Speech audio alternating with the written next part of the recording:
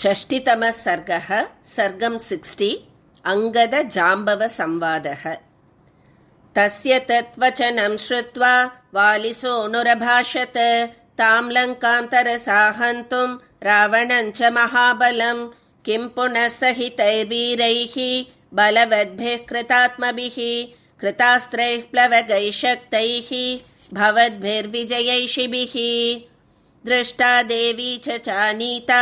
इति तत्र निवेदनम् अयुक्तमिव पश्यामि भवद्भिः ख्यातविक्रमैः न हि नः प्लवने कश्चिन् नापि कश्चित् पराक्रमे तुल्यसामरदैत्येषु लोकेषु हरिसत्तमाः तेष्वेवं हतवीरेषु राक्षसेषु हनूमता किमन्यदत्र कर्तव्यं गृहीत्वा याम जानकीं रामलक्ष्मणयोर्मध्ये न्यस्याम जनकात्मजां वयमेव हि गत्वा तान् हत्वा राक्षसपुङ्गवान् राघवं द्रष्टुमर्हामः सुग्रीवं सह लक्ष्मणं तमेवं कृतसङ्कल्पं जाम्बवान् हरिसत्तमः उवाच परमप्रीतो वाक्यमर्थवदर्थवित् नैषा बुद्धिर्महाप्राज्ञ यद्ब्रवीषि महाकपे विचेतुं वयमाज्ञप्ता दक्षिणां दिशमुत्तमां नानेतुं कपिराजेन नैव रामेण धीमता कथञ्चिन्निर्जितां सीताम् अस्माभिर्नाभिरोचयेत्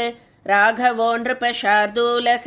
कुलं व्यपदिशन् स्वकं प्रतिज्ञाय स्वयं राजा सीता विजयमग्रतः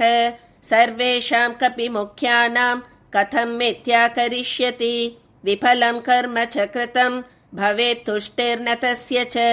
वृथा च दर्शितं वीर्यं भवेत् वानरपुङ्गवाः तस्मात् गच्छाम वै सर्वे यत्र रामः स लक्ष्मणः सुग्रीवश्च महातेजाः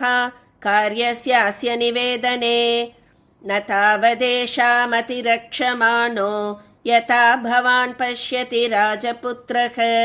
यथा तु रामस्य मतिर्निविष्टा तथा भवान् पश्यतु कार्यसिद्धिम्। इत्याश्रे श्रीमद् रामायणे वाल्मीकीये